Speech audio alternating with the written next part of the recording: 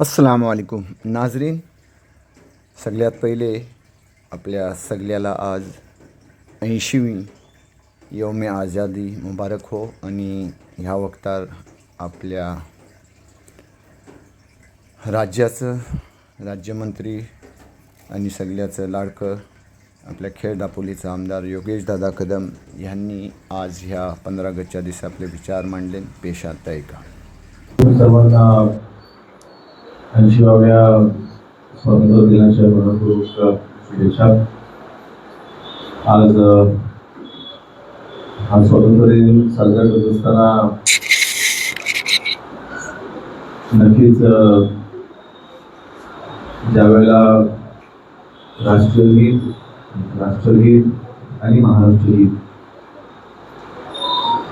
त्याचा उच्चार करत होतो, एक वेगळी भावना मनामध्ये निर्माण होते. एकंदरीत दरवर्षी आपण हा स्वातंत्र्य दिन आपण साजरा करतो आणि दरवर्षी इथे चहापान होतो, दरवर्षी आपण इथे भाषण करतो आणि विचार व्यक्त करत असताना अर्थातच या दिवसाचं महत्व आणि ह्या दिवशी 80 वर्षापूर्वी आता जे मिळालं आपलं स्वातंत्र्य कसं जपलं पाहिजे, कसं रुजवलं पाहिजे ह्या बाबतीमध्ये आपण नेहमीच चर्चा करतो.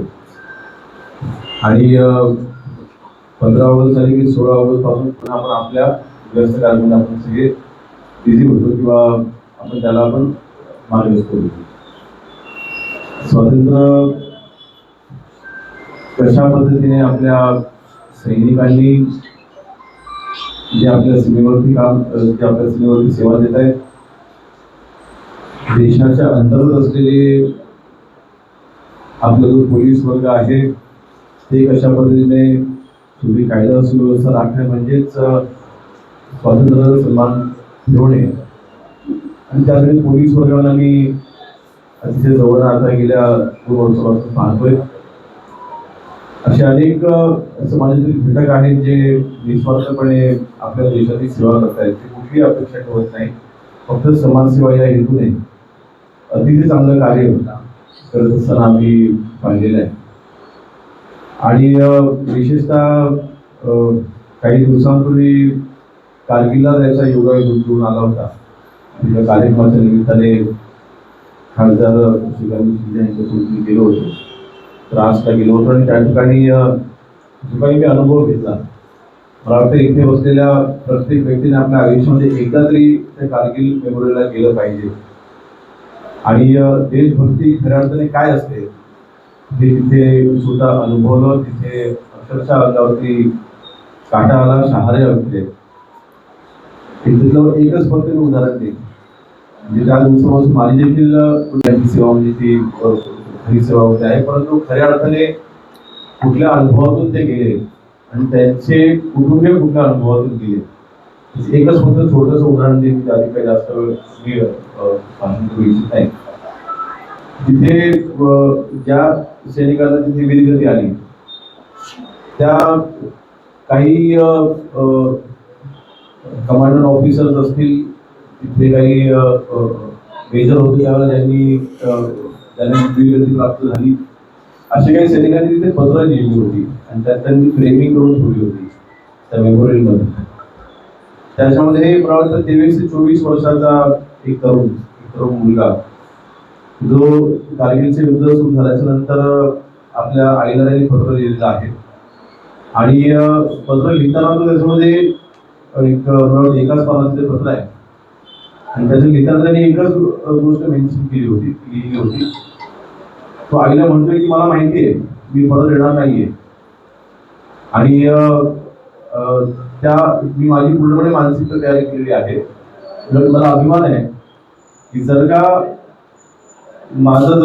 तिथे काही झालं, माझं काही बरं वाईट झालंच आणि देवाने मला पुन्हा जन्म दिला माणूस म्हणून, व्यक्ती म्हणून, तर मी पुन्हा सैनिकी सेवेमध्येच येईल, पुन्हा माझ्या देशाच्या सेवेसाठीच येईल. आणि मला याचा पूर्णपणे पुन्हा मला अभिमान आहे की एखादा 23-24 वर्षाचा तरुण आपल्या आईला पत्र लिहिताना, सीमेवरनं पत्र लिहिताना, शेवटचं पत्र आहे त्याच्या आयुष्याचं, तरी सुद्धा तो देशासाठीच पुन्हा मला मरण पत्राला मला आवडेल किंवा मला अभिमान वाटेल हे लिहायला किती बळ लागतं, किती शक्ती लागते. मला वाटतं आज आता आपण आंदोलन पाहतो, आपण सगळं ठीक आहे, शेवटी आपल्या संविधानाने दिलेला तो अधिकार आहे.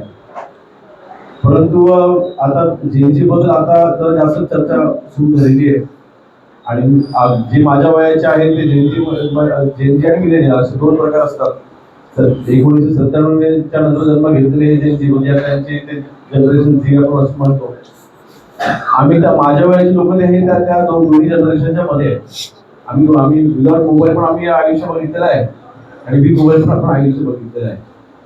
तर मला वाटतं कुठेतरी ह्या सगळ्या अनुभवातून या गोष्टी त्यांनी देखील शिकल्या पाहिजेत. अग्रेसर असतात तर त्याबद्दल अजिबात दुमत नाही.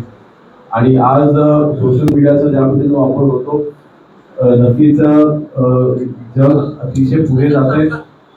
पण नंतर या जग हे प्रचंड पुढे जाते, वेगाने पुढे जाते. आणि अशा वेळेस आपण स्वातंत्र्य दिन साजरा करत असताना हे स्वातंत्र्य कशा पद्धतीने मिळालं, आपला भारताचा इतिहास काय, आपला महाराष्ट्राचा इतिहास काय, हे आपल्या मुलांना माहिती असतं. म्हणजे ही जबाबदारी आपल्यावरती आहे. म्हणजे मला आज खरोखर अभिमान आहे. माझा 3 वर्षाचा मुलगा ऋतू आजही म्हणजे त्याला एक वेगळा पद्धतीने छंद लागला, मला माहिती नाही काय त्याच्या मनात आलंय, कुठे आहे. रोज सकाळी उठला की ब्रश करायचा, आंघोळ करायच्या म्हणून जनगण म्हणून पूर्ण म्हणतो, आम्हाला सगळ्यांना उभं करायला लावलं. आता मला त्यांनी ह्याच्यावर ना आपलं ऑनलाईन मध्ये त्यांनी मला भारताला झेंडा त्यांनी मला ऑर्डर करायला लावला. तो घरी 10-11 तासामध्ये आला आणि रोज सकाळी तेव्हापासून हातात झेंडा आम्हाला सगळ्यांना उभं करत जनगण म्हणून स्वतः म्हणतो. मला वाटतं आता शेवटी 3 वर्षाचा आहे, त्याला तसं महत्व माहिती नाही. परंतु मला वाटतं ही आपली जबाबदारी आहे की आपली पुढची जनरेशन त्याला महाराष्ट्राचं महत्व, महाराष्ट्र निर्मिती कशी झाली, महाराष्ट्राचा इतिहास काय.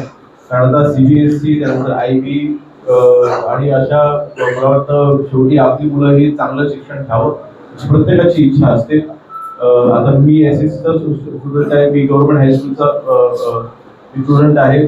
माझ्या वेळेला वातावरण वेगळं होतं, जिल्हा परिषदेच्या शाळेत शिक्षण घेतल्याचं वातावरण वेगळं होतं. आज आपल्या खेड शहरामध्ये देखील अनेक CBSEच्या ज्या शाळा आहेत त्यांची शिक्षण पद्धती वेगळी आहे. मला वाटतं ह्या शिक्षणामध्ये होत असलेला बदल, परंतु पालक म्हणून आपली विचार करणं तर तीच आहे ना.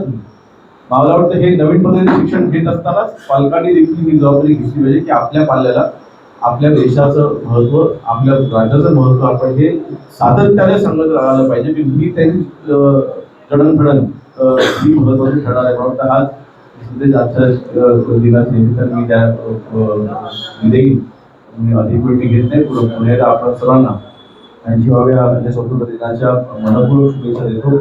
आणि नक्कीच लोकप्रतिनिधी म्हणून आमच्यावरती जी जबाबदारी आहे, सत्तेमध्ये असो किंवा नसो, लोकप्रतिनिधी म्हणून आपल्यावरती असलेली जबाबदारी म्हणजे प्रत्येक वाडी वस्त्यांचा विकास करणं, प्रत्येक घटकाला न्याय मिळवून देणं आणि त्यासाठी नक्कीच आम्ही कटिबद्ध राहू. हा शब्द अशा कार्यक्रमात देतो आणि सांगतो. जय हिंद, जय महाराष्ट्र. अशा सगळ्या बातखबरसाठी आपलं ह्यो कोकणी न्यूज चॅनल लाईक करा, शेअर करा आणि सबस्क्राईब करा. परत भेटू नवीन काही बातखबरच्या संघात.